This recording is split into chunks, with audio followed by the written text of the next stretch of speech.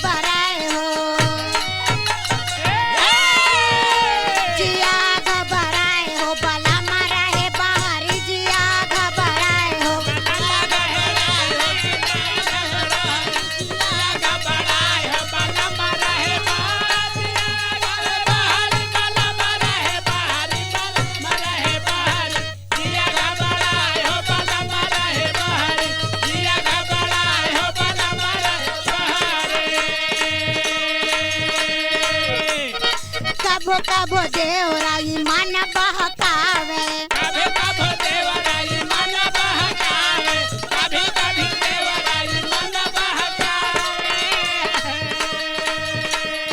हमारे